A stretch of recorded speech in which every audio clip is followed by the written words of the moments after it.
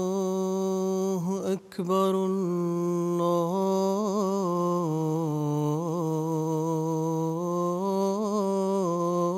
الله أكبر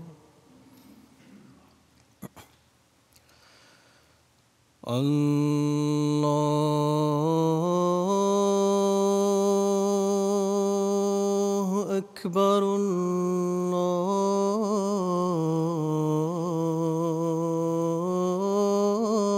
الله أكبر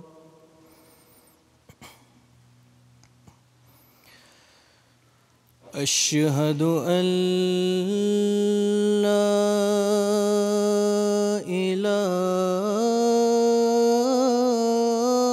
إله إلا الله أشهد أن لا إله إلا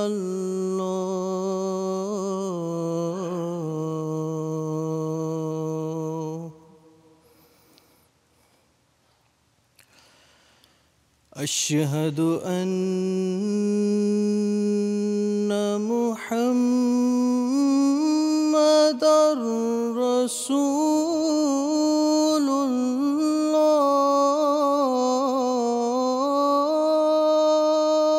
الله أشهد أن محمدًا رسول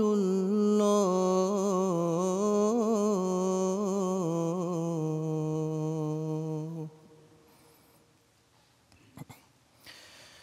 حي على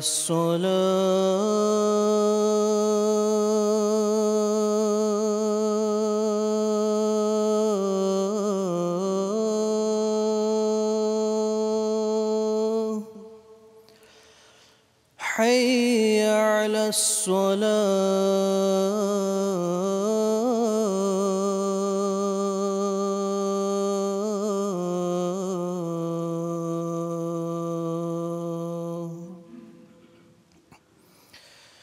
حي على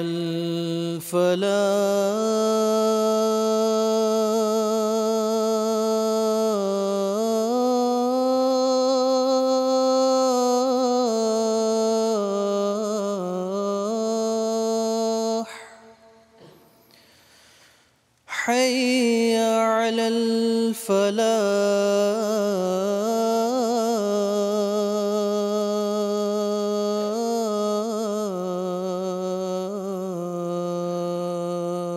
الفلاح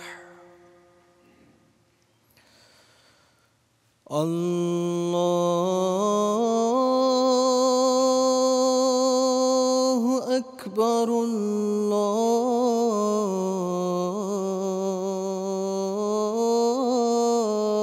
الله أكبر لا إله إلا الله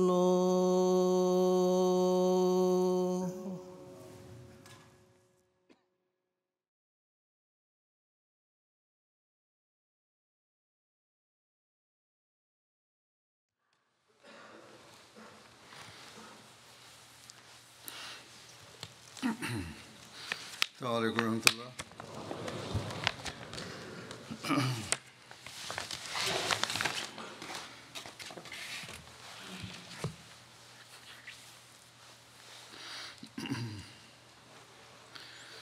أشهد أن لا إله إلا الله وحده لا شريك له وأشهد أن محمدًا عبده ورسوله أما بعد فأعوذ بالله من الشيطان الرجيم بسم الله الرحمن الرحيم الحمد لله رب العالمين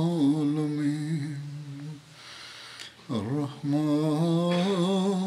الرحيم مالك يوم الدين إياك نعبد وإياك نستعين اهدنا الصراط المستقيم صراط الذين أنعمت عليهم غير المغضوب عليهم ولا الضالين.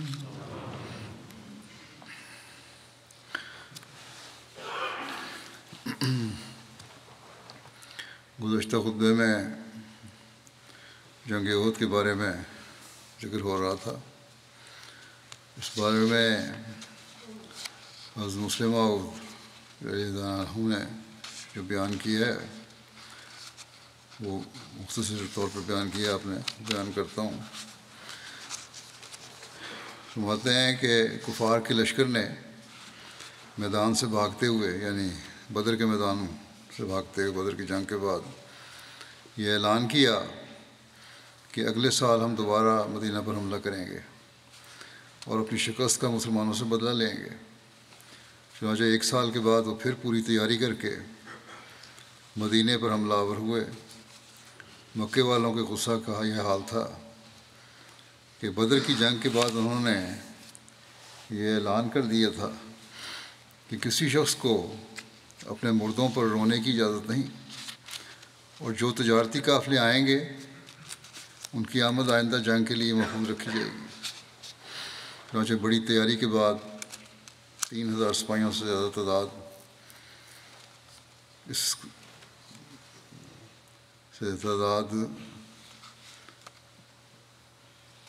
کا ایک لشکر ابو سفیان کی قیادت میں مدینے پر حملہ آور ہوا.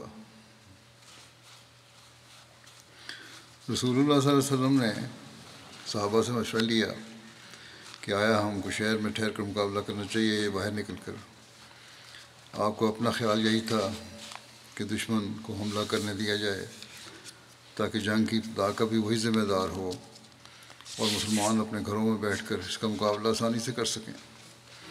لیکن وہ نوجوان مسلمان جن کو بدر کی جنگ میں شامل ہونے کا موقع نہیں ملا تھا اور جن کے دل میں حسرت رہی تھی کہ کاش ہم کو بھی خدا کی راہ میں شہید ہونے کا موقع ملتا، انہوں نے اصرار کیا کہ ہمیں شہادت سے کیوں محروم رکھا جاتا ہے. چنانچہ آپ نے ان کی بات مان لی. مشورہ لیتے وقت آپ نے اپنی ایک خواب بھی سنائی. فرمایا جب میں نے چند گائیں دیکھی ہیں، خواب میں میں نے چند گائیں دیکھی ہیں اور میں نے دیکھا ہے کہ میری تلوار کا سرا ٹوٹ گیا ہے، اور میں نے یہ بھی دیکھا ہے کہ وہ گائیں ذبح کی جا رہی ہیں، اور پھر یہ کہ میں نے اپنا ہاتھ ایک مضبوط اور محفوظ زرہ کے اندر ڈالا ہے، اور میں نے یہ بھی دیکھا ہے کہ میں ایک مینڈے کی پیٹھ پر سوار ہوں. صحابہ نے کہا یا رسول اللہ، آپ صلی اللہ علیہ وسلم، آپ نے ان خوابوں کی کیا تعبیر فرمائی؟ آپ نے فرمایا گائے کے ذبح ہونے کی تعبیر یہ ہے کہ میرے بعض صحابہ شہید ہوں گے، اور تلوار کا سرا ٹوٹنے سے مراد یہ معلوم ہوتی ہے کہ میرے عزیزوں میں سے کوئی اہم وجود شہید ہوگا یا شاید مجھے ہی اس مہم میں کوئی تکلیف پہنچے.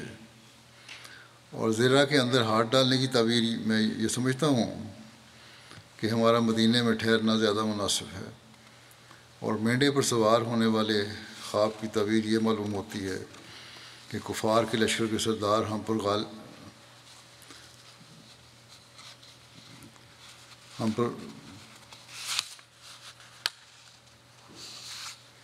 کفار کے لشکر کے سردار پر ہم غالب آئیں گے،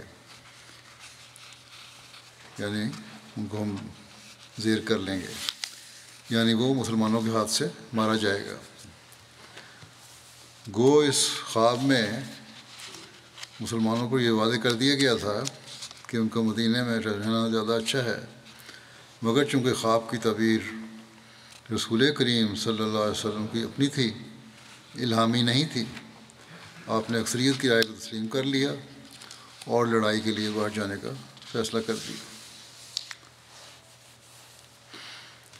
اس خواب کے ضمن میں خوابوں میں اشاروں کا ذکر ہوتا ہے۔ یہ ذکر فرماتے ہوئے حضرت اقدس مسیح موعود علیہ السلام نبی کریم صلی اللہ علیہ وسلم کے استعارات کا ذکر کرتے ہوئے فرماتے ہیں کہ استعارات جو آن حضرت صلی اللہ علیہ وسلم کے مکاشفات اور خوابوں میں پائے جاتے ہیں وہ حدیثوں کے پڑھنے والوں پر مخفی اور پوشیدہ نہیں ہیں۔ کبھی کشفی طور پر آن حضرت صلی اللہ علیہ وسلم کو اپنے ہاتھوں میں 2 سونے کے کڑے پہنے ہوئے دکھائی دیے اور ان سے 2 کذاب مراد دیے گئے جنہوں نے جھوٹے طور پر پیغمبری کا دعویٰ کیا تھا۔ اور کبھی آن حضرت صلی اللہ علیہ وسلم کو اپنی رویا اور کشف میں گائیاں ذبح ہوتی نظر آئیں، اور ان سے مراد وہ صحابہ تھے جو جنگ احد میں شہید ہوئے۔ ایسا ہی بہت سی نظیریں دوسرے انبیاء کے مکاشفات میں پائی جاتی ہیں کہ بظاہر صورت ان پر کچھ ظاہر کیا گیا اور دراصل اس سے مراد کچھ اور تھا۔ سو انبیاء کے کلمات میں استعارہ اور مجاز کا داخل ہونا کوئی شاذ و نادر امر نہیں ہے۔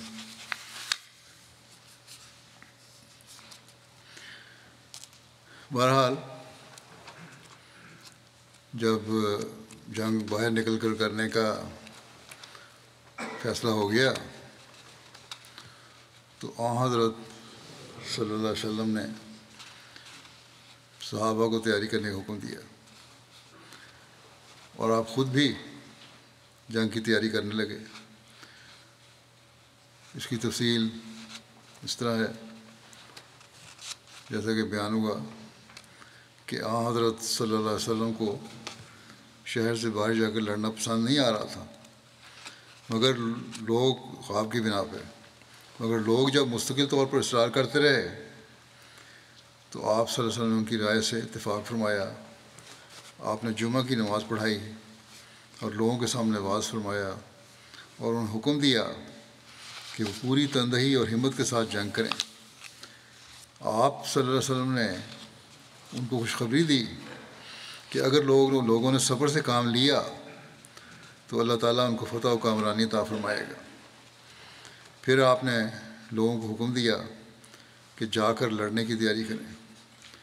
لوگ یہ حکم سن کر خوش ہو گئے۔ اس کے بعد آپ نے سب کے ساتھ عصر کی نماز پڑھی۔ اس وقت تک وہ لوگ بھی جمع ہو گئے جو قرب و جوار سے آئے تھے۔ پھر آن حضرت صلی اللہ علیہ وسلم حضرت ابوبکر اور حضرت عمر کے ساتھ اپنے گھر میں تشریف لے گئے۔ ان دونوں نے آن حضرت صلی اللہ علیہ وسلم کو امامہ باندھا اور آپ کو جنگی لباس پہنایا۔ پھر لوگ آپ کے انتظار میں صفیں باندھے کھڑے ہوئے تھے۔ اس وقت حضرت سعد بن معاذ اور حضرت اسید بن حضیر نے لوگوں سے کہا کہ تم لوگوں نے باہر نکل کر لڑنے کے لیے رسول اللہ صلی اللہ علیہ وسلم کو آپ کی مرضی کے خلاف مجبور کر دیا، اس لیے اب بھی اس معاملے کو آپ کے اوپر چھوڑ دو۔ آپ جو بھی حکم دیں گے اور آپ کی جو رائے ہوگی تمہارے لیے اس میں بھلائی ہوگی، اس لیے آپ کی فرمانبرداری کرو۔ جب آن حضرت صلی اللہ علیہ وسلم باہر تشریف لائے تو آپ نے جنگی لباس پہن رکھا تھا۔ آپ نے دوہری زرہ پہن رکھی تھی، یعنی ایک کے اوپر دوسری زرہ تھی۔ یہ ذات الفضول اور فضا نامی زرہیں تھیں، اور ذات الفضول وہ زرہ تھی جو اس وقت آپ کو حضرت سعد بن عبادہ نے بھیجی تھی جبکہ آپ غزوہ بدر کے لیے تشریف لے جا رہے تھے، اور یہی وہ زرہ تھی کہ جب آپ کا انتقال ہوا تو یہ زرہ ایک یہودی کے پاس رہن رکھی ہوئی تھی۔ پھر حضرت ابوبکر نے اس زرہ کو چھڑا لیا تھا، یعنی وہ پیسے دے کے اسے واپس لے لی۔ آن حضرت صلی اللہ علیہ وسلم نے پہلو میں تلوار لٹکائی ہوئی تھی اور پشت پر ترکش لگا رکھا تھا۔ ایک روایت میں یہ ہے کہ آپ ثقب نامی اپنے گھوڑے پر سوار ہوئے، کمان لٹکائی اور نیزہ ہاتھ میں لیا۔ بہرحال ممکن ہے یہ دونوں باتیں پیش آئی ہوں. لوگوں نے دیکھا، مختلف لوگوں نے.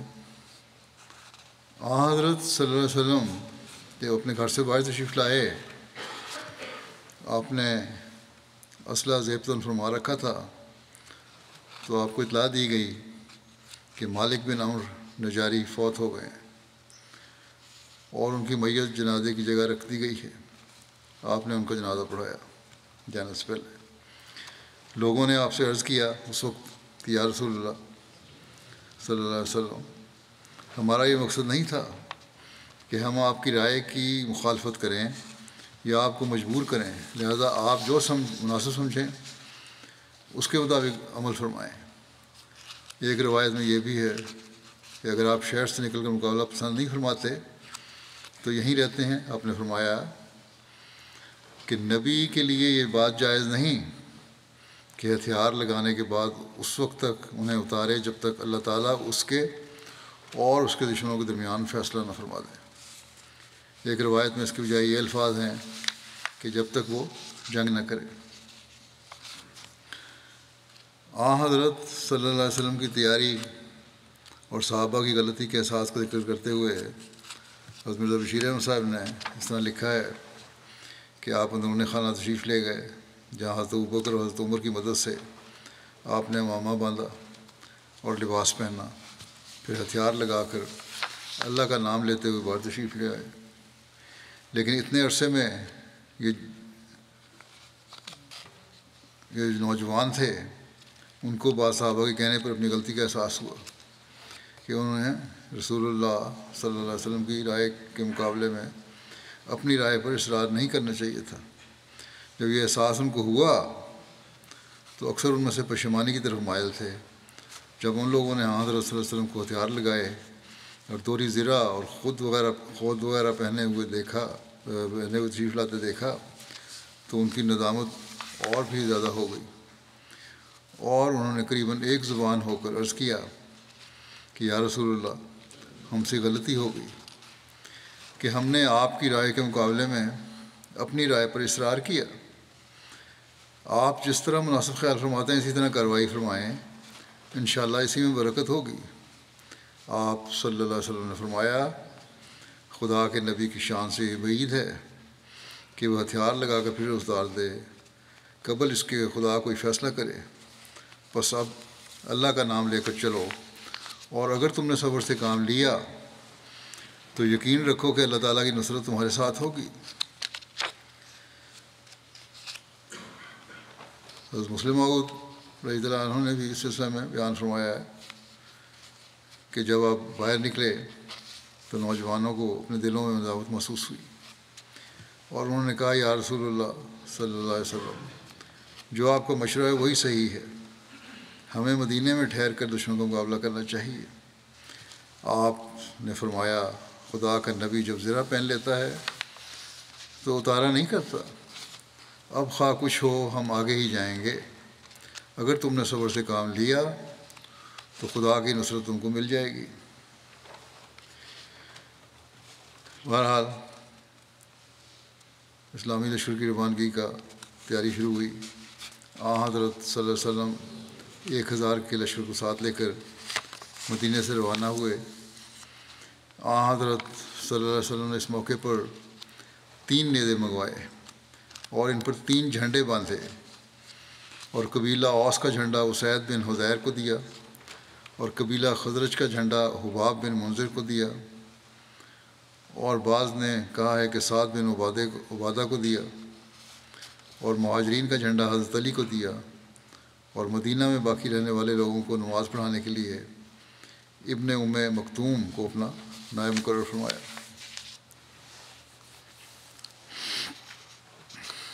پھر رسول اللہ صلی اللہ علیہ وسلم اپنے گھوڑے ثقب پر سوار ہوئے، کمان کو گلے میں ڈالا اور نیزے کو ہاتھ میں لیا.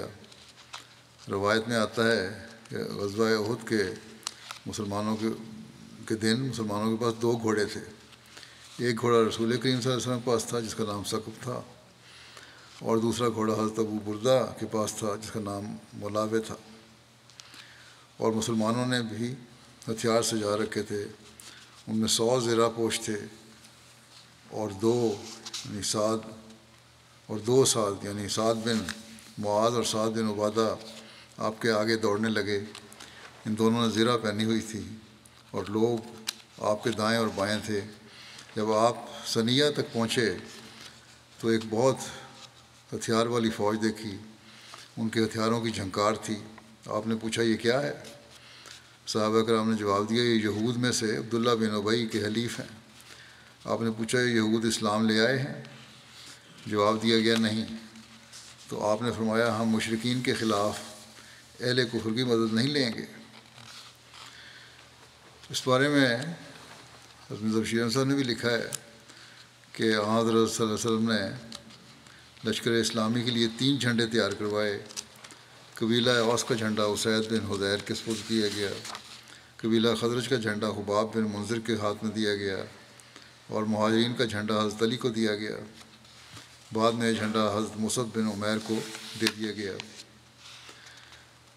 اور پھر مدینہ میں عبداللہ بن ابی مکتوم کو امام الصلاۃ مقرر کر کے آپ صحابہ کی بڑی جماعت کے ہمراہ نماز عصر کے بعد مدینہ سے نکلے۔ قبیلہ اوس اور خزرج کے رؤساء سعد بن معاذ اور سعد بن عبادہ آپ کی سواری کے سامنے آہستہ آہستہ دوڑتے جاتے تھے، اور باقی صحابہ آپ کے دائیں اور بائیں اور پیچھے چل رہے تھے۔ حضرت صلی اللہ علیہ وسلم روانہ ہوئے اور شیخین کے مقام پر پہنچ کر آپ نے پڑاؤ ڈالا۔ یہ مدینہ کے 2 پہاڑ تھے۔ یہاں پہنچ کر آپ نے اپنے لشکر کا معائنہ فرمایا اور ان نوجوانوں کو واپس فرما دیا جن کے متعلق آپ نے اندازہ لگایا کہ وہ 15 سال کی عمر کو نہیں پہنچے یا جو 14 سال کے ہیں۔ امام شافعی نے نقل کیا ہے کہ آپ نے 14 سال کے ان 17 نوجوانوں کو واپس کر دیا جو آپ کے سامنے پیش کیے گئے، اور آپ کے سامنے 15 سال کے لڑکے پیش کیے گئے تو آپ نے ان کو اجازت دے دی۔ کم عمری کی وجہ سے جن کو واپس کیا گیا وہ بچے پرجوش تھے، ان کے نام بھی روایات میں بعض بھی ملتے ہیں۔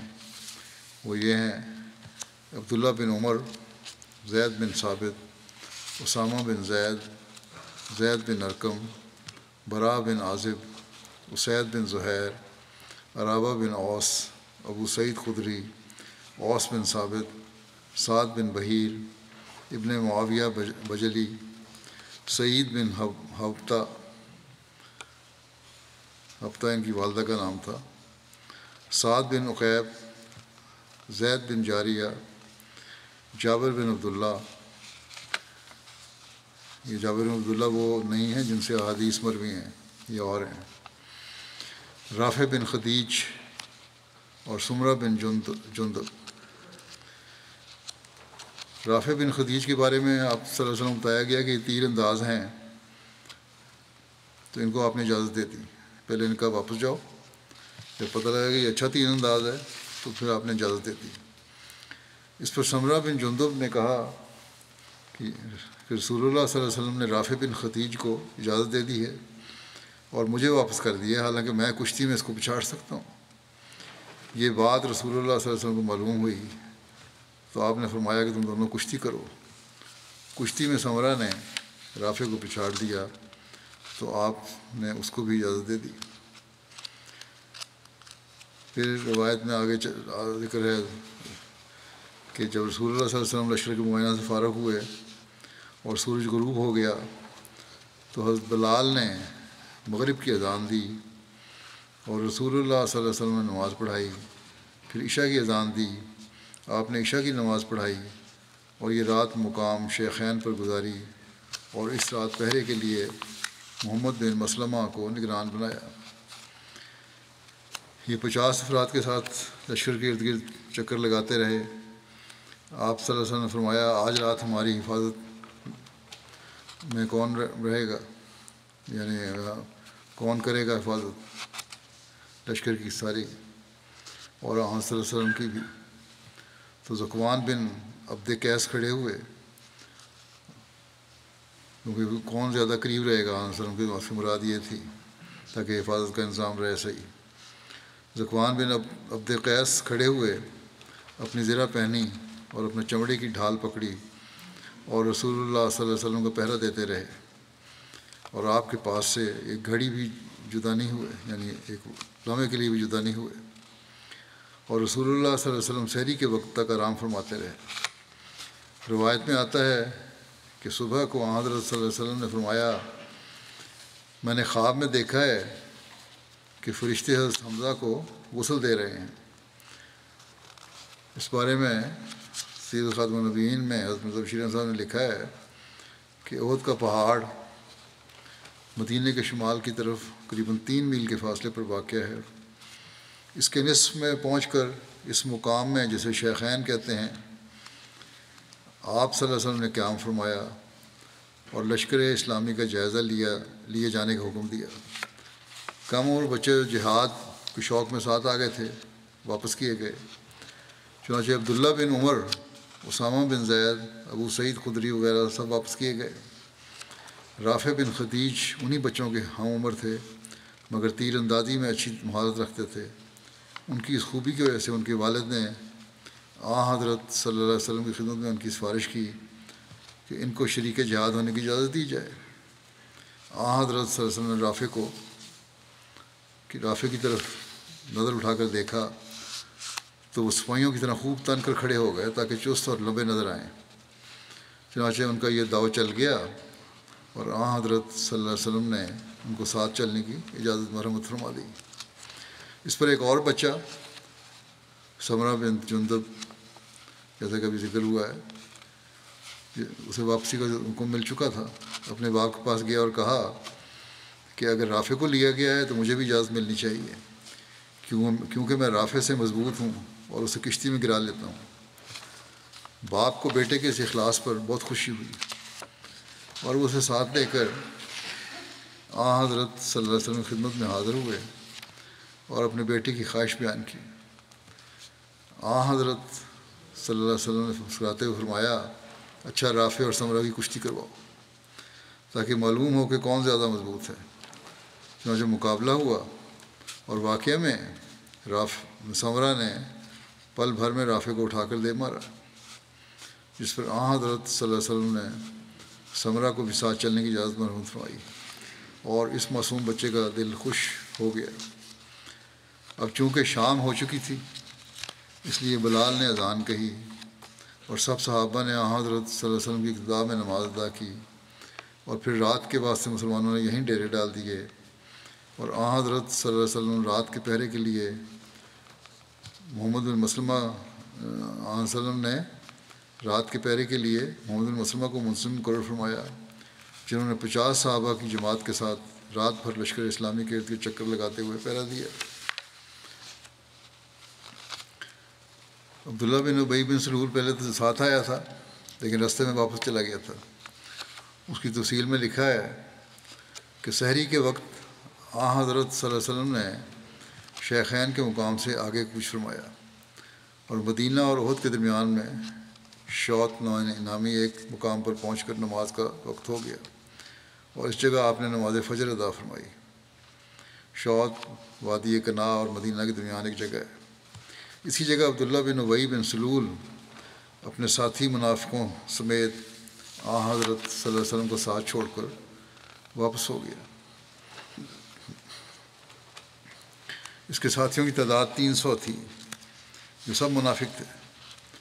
واپس ہوتے ہوئے عبداللہ بن ابی کہنے لگا کہ انہوں نے یعنی حضرت صلی اللہ علیہ وسلم نے میری بات نہیں مانی بلکہ لڑکوں کی بات مانی، باتوں میں آ گئے ہیں، لڑکوں کی باتوں میں آ گئے جن کی کوئی رائے نہیں ہے۔ ہم نہیں جانتے کہ ہم کس بنا پر اپنی جانیں دیں، یہ عبداللہ نے کہا۔ اس لیے اے لوگوں واپس لوٹ چلو۔ اگر سردار منافقین کے اس حکم پر اس کے منافق ساتھی مسلمانوں کو ساتھ چھوڑ کر واپس لوٹ گئے۔ ان کو جاتے دیکھ کر حضرت جابر کے والد حضرت عبداللہ بن عمر اس کے پیچھے لپکے۔ یہ بھی عبداللہ بن ابی کی طرح قبیلہ خزرج کے بڑے سردار تھے۔ انہوں نے واپس جانے والوں سے کہا کہ میں تمہیں خدا کی قسم دے کر پوچھتا ہوں کہ کیا یہ بات تمہارے لیے مناسب ہے کہ تم عین اس وقت اپنے نبی اور اپنی قوم کے ساتھ غداری کرو جبکہ دشمن اپنی پوری قوت و طاقت کے ساتھ اس کے سامنے کھڑا ہے؟ ان لوگوں نے کہا کہ اگر ہمیں یہ معلوم ہوتا کہ تم لوگ جنگ لڑو گے تو ہم تمہارے ساتھ ہی نہ آتے، ہم تو یہ سمجھتے تھے کہ جنگ وغیرہ کچھ نہیں ہوگی۔ اس طرح انہوں نے صاف صاف واپسی کا اعلان کر دیا، حالانکہ بڑی تیاری کر کے جنگ کے لیے آئے تھے۔ اس پر عبداللہ بن عمر نے کہا، خدا کے دشمنوں، اللہ تمہیں ہلاک و برباد کرے، جلد ہی اللہ اپنے نبی کو تم سے مستغنی کر دے گا۔ ایک روایت میں ہے کہ علامہ ابن جوزی نے لکھا ہے یہ کہ جب قبیلہ بنو سلمہ اور بنو حارثہ نے عبداللہ بن ابی کو غداری کرتے ہوئے دیکھا تو انہوں نے بھی واپس ہونے کا ارادہ کیا۔ یہ دونوں قبیلے لشکر کے دونوں بازوؤں پر تھے، مگر پھر اللہ تعالیٰ نے ان دونوں گروہوں کو اس گناہ سے بچا لیا اور انہوں نے واپس جانے کا ارادہ ختم کر دیا۔ اس پر خدا تعالیٰ نے یہ آیت نازل فرمائی کہ اذ ہمت طائفتان منکم ان تفشلا واللہ ولیہما وعلی اللہ فلیتوکل المؤمنون۔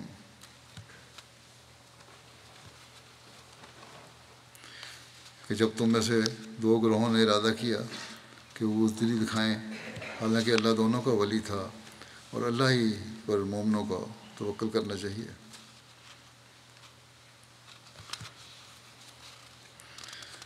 عبداللہ بن ابی اور اس کے 300 ساتھیوں کی اس غداری کے بعد اب حضرت صلی اللہ علیہ وسلم کے ساتھ صرف 700 آدمی رہ گئے تھے۔ ادھر جب عبداللہ بن ابی واپس ہوا تو انصار نے حضرت صلی اللہ علیہ وسلم سے عرض کیا کہ یا رسول اللہ، کیا یہود میں جو لوگ ہمارے حلیف اور حمایتی ہیں ان سے اس موقع پر مدد نہ لے لیں؟ ان کی مراد مدینہ کے یہودی تھے اور ان میں شاید بنو قریظہ کے یہودی مراد تھے، کیونکہ بنو قریظہ کے یہودی حضرت سعد بن معاذ کے حلیف تھے اور حضرت سعد بن معاذ قبیلہ اوس کے سردار تھے۔ حضرت سعد کے بارے میں بعض علماء نے کہا ہے کہ انصار میں ان کی حیثیت اور درجہ ایسا ہی تھا جیسا مہاجرین میں حضرت ابوبکر کا تھا۔ غرض انصار کے اس سوال پر حضرت صلی اللہ علیہ وسلم صرف یہ فرمایا، ہمیں ان کی مدد کی ضرورت نہیں ہے۔ اس بارے میں مظہر شیرم صاحب نے بھی لکھا ہے کہ دوسرے دن یعنی 15 شوال 3 ہجری مطابق 31 مارچ 624 عیسوی بروز ہفتہ سحری کے وقت لشکر اسلامی آگے بڑھا اور راستے میں نماز ادا کرتے ہوئے صبح ہوتے ہی احد کے دامن میں پہنچ گیا۔ اس موقع پر بد باطن عبداللہ بن ابی بن سلول رئیس المنافقین نے غداری کی اور اپنے 300 ساتھیوں کے ساتھ مسلمانوں کے لشکر سے ہٹ کر یہ کہتا ہوا مدینہ کی طرف واپس لوٹ گیا کہ محمد صلی اللہ علیہ وسلم نے میری بات نہیں مانی اور نہ تجربہ کار نوجوانوں کے کہنے میں آ کر باہر نکل آئے ہیں، اس لیے میں ان کے ساتھ ہو کر نہیں لڑ سکتا۔ بعض لوگوں نے بطور خود اس کو سمجھایا بھی کہ یہ غداری ٹھیک نہیں ہے، مگر اس نے ایک نہ سنی اور یہی کہتا گیا کہ یہ کوئی لڑائی ہوتی تو میں اس میں شامل ہوتا، مگر یہ کوئی لڑائی نہیں ہے بلکہ خود ہلاکت کے منہ میں جانا ہے۔ اب اسلامی لشکر کی تعداد صرف 700 نفوس پر مشتمل تھی، جو کفار کے 3000 سپاہیوں کے مقابلے میں 1/4 سے بھی کم تھی، اور سواری اور سامان حرب کے لحاظ سے بھی اسلامی لشکر کے مقابلے میں بالکل کمزور، لشکر قریش کے مقابلے میں بالکل کمزور اور حقیر تھا، کیونکہ مسلمانوں کی فوج میں صرف 100 زرہ پوش اور فقط 2 گھوڑے تھے۔ اس کے بالمقابل کفار کے لشکر میں 700 زرہ پوش اور 200 گھوڑے اور 3000 اونٹ تھے۔ اس کمزوری کی حالت میں جسے مسلمان خوب محسوس کرتے تھے، عبداللہ بن ابی کے 300 آدمیوں کی غداری نے بعض کمزور دل مسلمانوں میں ایک بے چینی اور اضطراب کی حالت پیدا کر دی اور ان میں سے بعض متزلزل ہونے لگ گئے۔ چنانچہ جیسا کہ قرآن شریف میں بھی اشارہ کیا گیا ہے، اسی گھبراہٹ اور اضطراب کی حالت میں مسلمانوں کے 2 قبائل بنو حارثہ اور بنو سلمہ نے مدینہ کی طرف واپس لوٹ جانے کا ارادہ بھی کر لیا، مگر چونکہ دل میں نور ایمان موجود تھا پھر سنبھل گئے اور ظاہری اسباب کے لحاظ سے موت کو سامنے دیکھتے ہوئے بھی اپنے آقا کے پہلو کو نہ چھوڑا۔ مسلم موعود بیان فرماتے ہیں کہ آپ صلی اللہ علیہ وسلم 1000 لشکر کے ساتھ مدینہ سے نکلے اور تھوڑے فاصلے پر جا کر رات بسر کرنے کے لیے ڈیرا لگا دیا۔ آپ کا ہمیشہ طریق تھا کہ آپ دشمن کے پاس پہنچ کر اپنے لشکر کو کچھ دیر آرام کرنے کا موقع دیا کرتے تھے تاکہ وہ اپنا سامان وغیرہ تیار کر لیں۔ صبح کی نماز کے وقت جب آپ نکلے تو آپ کو معلوم ہوا کہ کچھ یہودی بھی اپنے معاہد قبیلوں کی مدد کے بہانے سے آئے ہیں۔ چونکہ یہود کی ریشہ دوانیوں کا آپ کو علم ہو چکا تھا، آپ نے فرمایا کہ ان لوگوں کو واپس کر دیا جائے۔ اس پر عبداللہ بن ابی بن سلول جو منافقوں کا رئیس تھا، وہ بھی اپنے 300 ساتھیوں کو لے کر یہ کہتے ہوئے واپس لوٹ گیا کہ اب یہ لڑائی نہیں رہی، یہ تو ہلاکت کے منہ میں جانا ہے۔ ایک یہ بھی وجہ بنی تھی عبداللہ بن ابی کے جانے کی کہ اس نے کہا ان یہودیوں کو نہیں شامل کرتے، یہ تو ہلاکت کے منہ میں جانا ہے، کیونکہ خود اپنے مددگاروں کو لڑائی سے روکا جاتا ہے۔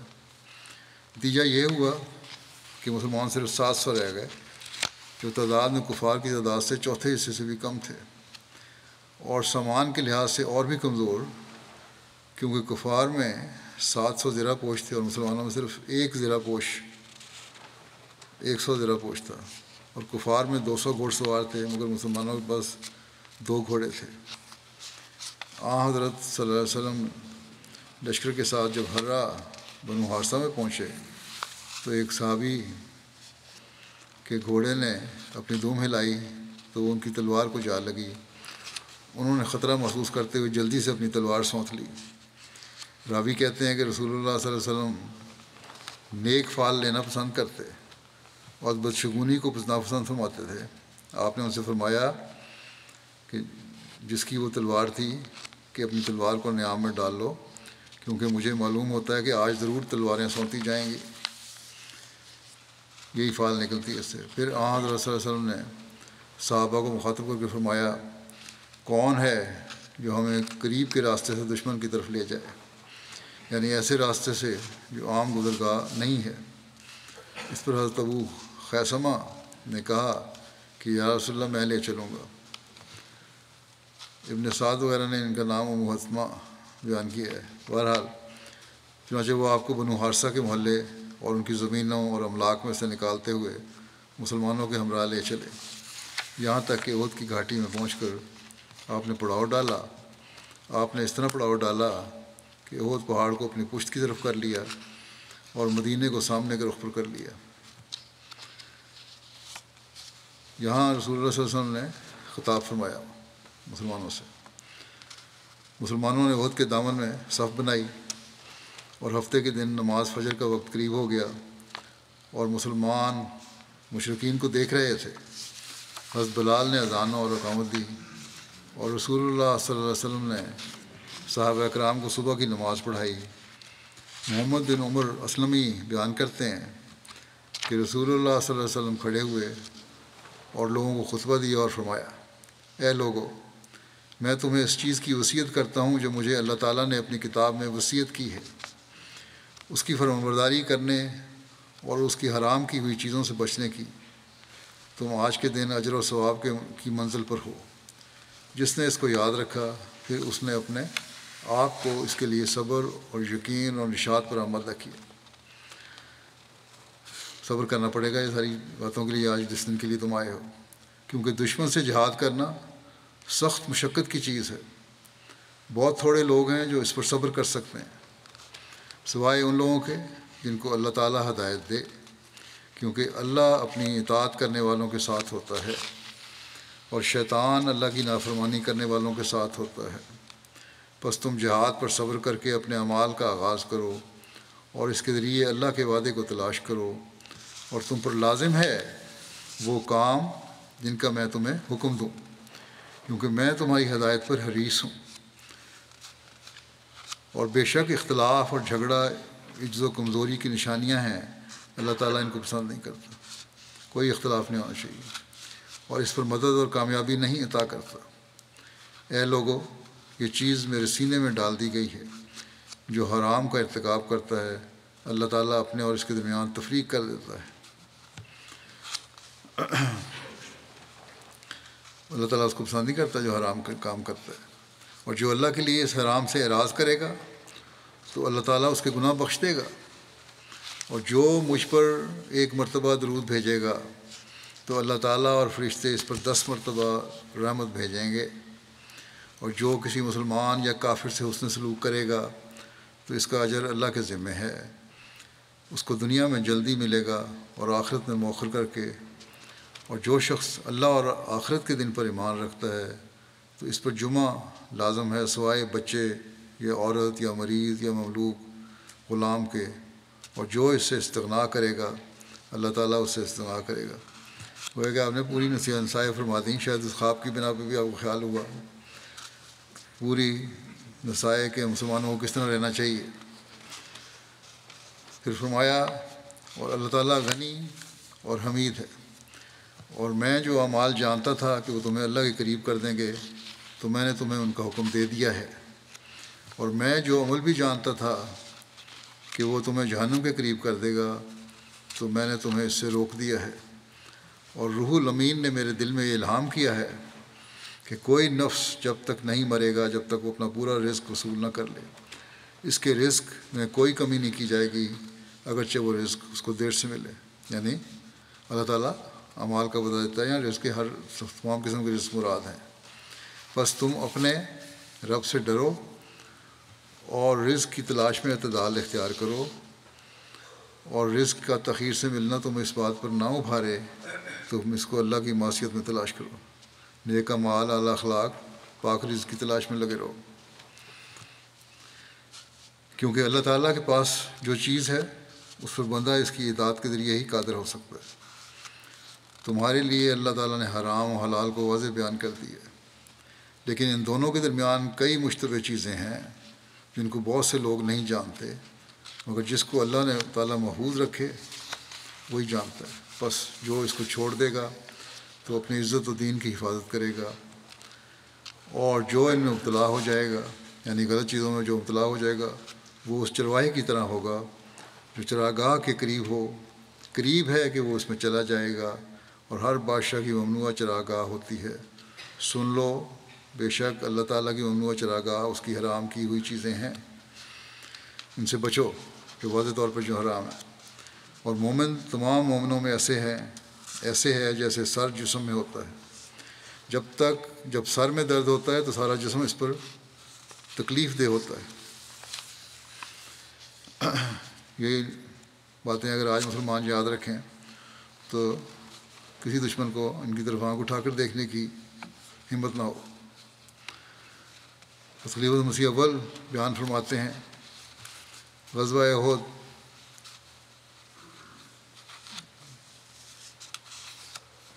دشمن مکے کے کہتے ہیں کہ دشمن مکے سے چل کر مدینہ پہنچے، وہ غزوہ احد کے دن وہ لڑائی کا سامان جو ابو سفیان شام سے لایا تھا اور جس کی پیش بندی اور دفع دخل کے لیے حضرت صلی اللہ علیہ وسلم کو بدر تک صبر کرنا پڑا تھا، اور جس میں کفر کی شوکت ٹوٹ گئی تھی، وہی سامان مسلمانوں کے مقابلے کے لیے جمع کیا گیا۔ قرآنی آیت ذیل میں اسے اور اس کے خرچ کرنے والوں کی طرف اشارہ قرآن آیت ذیل میں اسے اور اس کے خرچ کرنے والوں کی طرف اشارہ کرتا ہے کہ ان الذین کفروا ينفقون اموالهم لیصدوا عن سبیل اللہ فسینفقونها ثم تکون علیہم حسرۃ۔ اس جنگ میں قریش کے ساتھ قبیلہ بنی تہامہ اور بنی کنانہ بھی شریک ہو گئے۔ کفار کی فوج کی تعداد 3000 تک پہنچ گئی، اور سب فوج مسلح 700 ان میں زرہ پوش سوار تھے، اور سب کے سب تلے ہوئے تھے کہ جلد مسلمانوں سے انتقام لیں گے۔ اس چھوٹے چھوٹے قبائل کی مکمل پرغیظ فوج نے بسرداری ابو سفیان یعنی ابو سفیان کی سرداری میں مدینہ کے شمال مشرق میں ایک مختص مقام پر اپنے مورچہ خوب مضبوط کر لیا، اور اس میں اور شہر مدینہ میں حد فاصل صرف کوہ احد کی گھاٹی رہ گئی۔ اس مقام پر مورچہ باندھ کر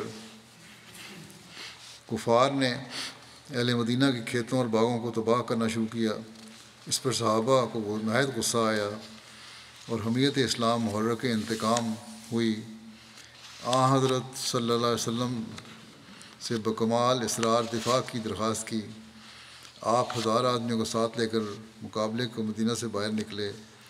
عبداللہ بن ابی ایک سردار جو مدینہ میں رہتا تھا اور جو بظاہر مسلمانوں کے ساتھ تھا، اب عین مارکہ جنگ اور اس آڑے وقت میں اپنے 300 آدمیوں سمیت مسلمانوں سے الگ ہو گیا، جس سے مسلمانوں کی جمعیت 1000 سے اب 700 رہ گئی۔ اس قلیل جمعیت میں کل 2 گھوڑے تھے، مگر مجاہدین قدم ہمت برابر آگے بڑھائے چلے جاتے تھے اور نخلۂ خرمہ میں سے گزر کر، یعنی کھجوروں کے باغ میں سے گزر کر کوہ احد تک پر پہنچ گئے۔ لشکر اسلام رات بھر اس پہاڑ کی کھو میں پڑا رہا۔ صبح نماز فجر پر پڑھ کر میدان میں آ جمع، یعنی حصول لڑائی شروع ہوئی۔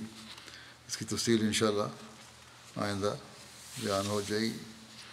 فلسطینیوں کے لیے میں دعاؤں کے لیے کہتا رہتا ہوں، وہ دعائیں کرتے رہیں۔ گزشتہ دنوں جنگ بندی ختم ہونے کے بعد جیسا کہ خیال تھا وہی ہو رہا ہے، اور اسرائیلی حکومت پہلے سے بڑھ کر شدت سے غزہ کے ہر علاقے میں اب بمباری اور حملے کر رہی ہے۔ پھر معصوم بچے اور شہری شہید ہو رہے ہیں۔ اب تو اس حرکت کے خلاف امریکہ کے کانگریس کے نمائندے نے بھی، جو غالباً یہودی ہیں، یہ کہا ہے کہ اب بہت ہو گیا ہے، امریکہ کو اسے روکنے میں اپنا کردار ادا کرنا چاہیے۔ امریکہ کے صدر بھی دبے دبے الفاظ میں اب یہ بیان دے رہے ہیں کہ یہ فائرنگ بند ہونی چاہیے، یہ تو گولہ باری بند ہونی چاہیے، جو شمال جنوب میں یکساں ہو رہی ہے۔ پہلے کہتے تھے شمال کی طرف چلے جاؤ کچھ نہیں ہوگا، اب وہاں بھی یہی حال ہے۔ بہرحال یہ صدر صاحب امریکہ کے یہ الفاظ جو ہیں، یہ کسی انسانی ہمدردی کی وجہ سے نہیں ہیں، کسی غلط فہمی میں ہمیں نہیں رہنا چاہیے، بلکہ یہ ان کے اپنے مفاد کی وجہ سے ہے کہ امریکہ میں انتخاب ہونے والے ہیں اور نوجوان وہاں کے یہ رد عمل اب دکھا رہے ہیں کہ جنگ بندی ہو۔ اسی طرح مسلمان بھی جو امریکی شہری ہیں شور مچا رہے ہیں، تو یہ اپنے ووٹ لینے کے لیے سب کچھ کر رہے ہیں، کوئی ان کو ہمدردی نہیں فلسطینیوں سے یا مسلمانوں سے۔ پھر مسلمان ممالک ہیں تو ان کی آواز میں کچھ زور تو پیدا ہو رہا ہے، لیکن جب تک ایک ہو کر جنگ بندی کی کوشش نہیں کریں گے کوئی فائدہ نہیں ہے۔ اللہ تعالیٰ مسلمانوں میں بھی وحدت پیدا فرمائے۔ غیر مسلم دنیا کو پتہ ہے کہ مسلمانوں میں وحدت نہیں ہے، بلکہ مسلمان کو مارنے پر، قتل کرنے پر لگا ہوا ہے۔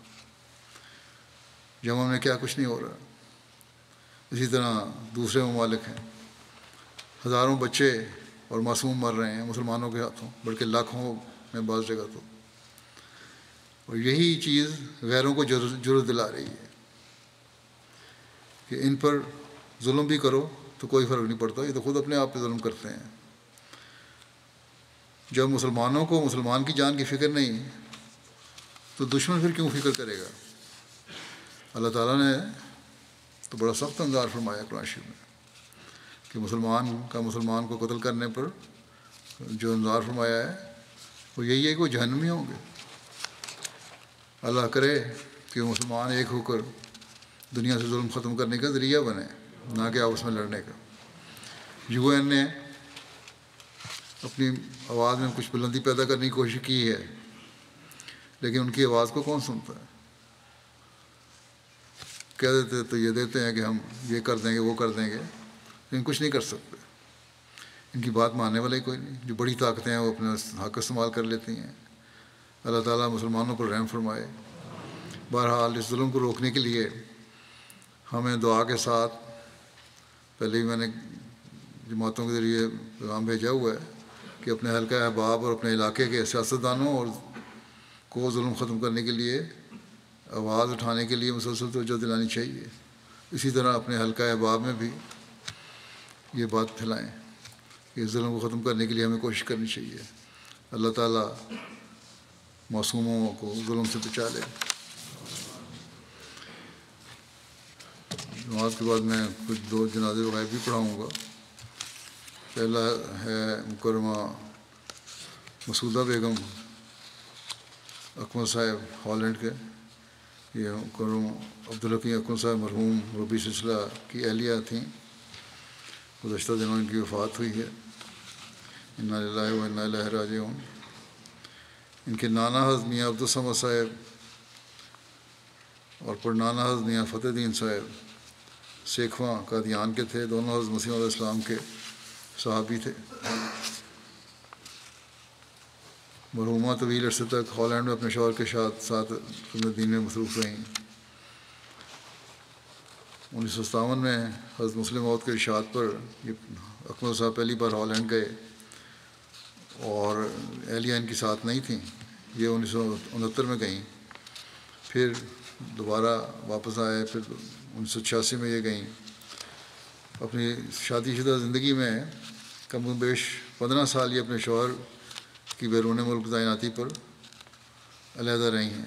تنہا انہوں نے گزارے ہیں. ہالینڈ قیام کے دوران ان کی قابل ذکر خدمات میں لجنہ معلّہ ہالینڈ کا قیام خاص طور پر شامل ہے. لجنہ معلّہ ہالینڈ کی اولین صدر کا اعزاز بھی انہیں حاصل ہے. خلافت سے بہت اخلاص اور وفا کا تعلق تھا. متقی، پرہیزگار، صوم و صلات کی پابند خاتون تھیں. مرحومہ موسیہ تھیں. پسماندگان میں 3 بیٹے اور 1 بیٹی شامل ہیں، اور سب ہی کسی نہ کسی طور پر بڑے اخلاص سے جماعت کی خدمت کر رہے ہیں. پہلے ایک بیٹے تھے صدر انصار اللہ، دوسرے پیشت اس سال منتخب ہوئے انصار اللہ کے صدر. اس کے علاوہ بھی خدمات کر رہے ہیں جماعت کی.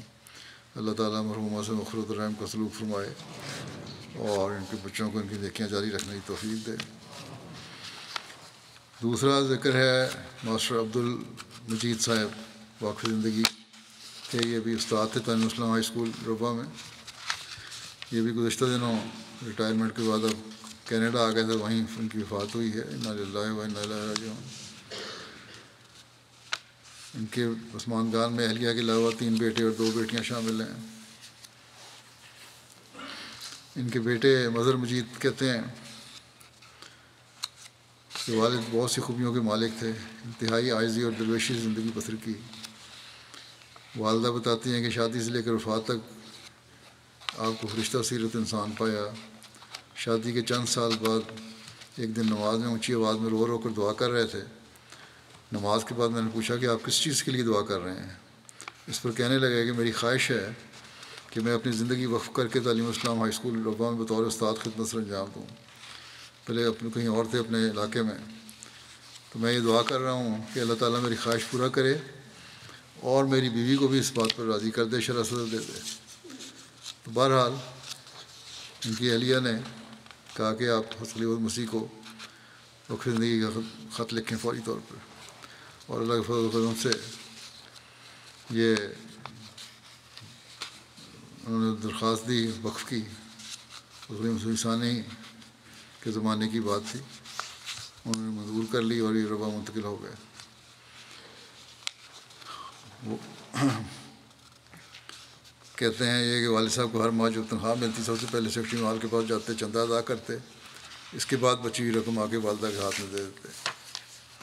ربا آنے کے بعد انتہائی مشکل حالات میں گزارا کیا اور کبھی شکوہ نہیں کیا. کبھی دنیا کی چیزوں کی خواہش کا اظہار نہیں کیا. بہن بھائیوں کو ہمیشہ وقت پر نماز ادا کرنے اور جماعت اور خلافت سے وابستہ رہنے کی تلقین کرتے رہے. اس وقت حالات جو تھے جماعت کے مالی حالات بھی ایسے نہیں تھے. کافی تنگی ہوتی تھی، لیکن اس کے باوجود بڑے صبر سے انہوں نے گزارا کیا. کہ میں اسکول میں تھا، یہ اس وقت استاد ہو کے آئے تھے، اور میں نے دیکھا ان کو واقعی یہ صرف بیچے کی باتیں نہیں ہیں کہ بیٹے نے تعریف کر دی باپ کی. ان میں یہ خوبیاں موجود تھیں. غیر احمدی بھی ان سے متاثر تھے. 1985 میں جو حکومت نے ان کو ترقی دے کر بعد میں اسکول 73 میں 74 میں شاید کے بعد جب قومی آئے گئے اسکول، تو اس وقت پھر یہ اسکول میں ہی رہے. کچھ تو ہائی اسکول میں رہا، کچھ عرصہ گزارا انہوں نے. پھر 1985 میں ان کو ترقی دے کے بطور ہیڈ ماسٹر اسلامیہ ہائی اسکول بھیرے میں ان کو بھیج دیا گیا. وہاں کا جو نائب ہیڈ ماسٹر تھا، جو جامعہ مسجد کا امام بھی تھا، اور بظاہر لگتا تھا کہ احمدی ہونے کی وجہ سے ان کی مخالفت کرے گا، لیکن آپ کے حسن اخلاق کی وجہ سے وہ نہایت آپ کی عزت کرتا تھا، بہت زیادہ عزت کرتا تھا، نہایت ادب سے رہتا تھا۔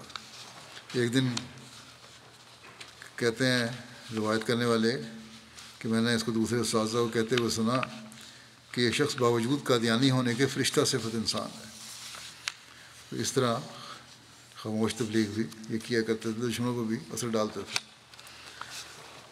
اکثر اوقات آپ کے شاگرد آپ سے ملنے آیا کرتے اور کہتے کہ ہم آپ کے شاگرد رہ چکے ہیں، لیکن آپ سب سے زیادہ فخر ان شاگردوں پر کرتے اور ان کا ذکر کرتے جنہوں نے اپنی زندگی خدا کی راہ میں وقف کر دی، اور اس بارے میں بڑی خوشی سے بتاتے کہ میرے شاگرد رہ چکے ہیں فلاں واقف زندگی، بڑا واقف زندگی، بہت قدر اور احترام کیا کرتے تھے۔ اللہ تعالیٰ مرحوم سے مغفرت اور رحم کا سلوک فرمائے، ان کے درجات بلند کرے، ان کی اولاد کو بھی ان کی نیکیاں جاری رکھنے کی توفیق دے۔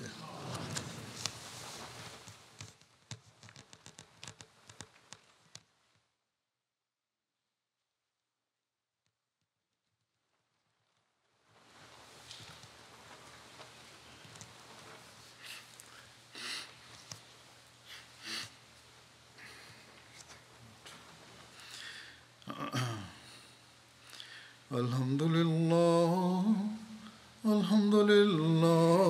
نحمده ونستعينه ونستغفره ونؤمن به ونتوكل عليه ونعوذ بالله من شرور أنفسنا ومن سيئات أعمالنا، من يهده الله فلا مضل له ومن يضلل فلا هادي له، ونشهد أن لا إله إلا الله ونشهد أن محمدا عبده ورسوله۔ عباد الله رحمكم الله، إن الله يأمر بالعدل والإحسان وإيتاء ذي القربى وينهى عن الفحشاء والمنكر والبغي يعظكم لعلكم تذكرون۔ اذكروا الله يذكركم وادعوه يستجب لكم، ولذكر الله أكبر۔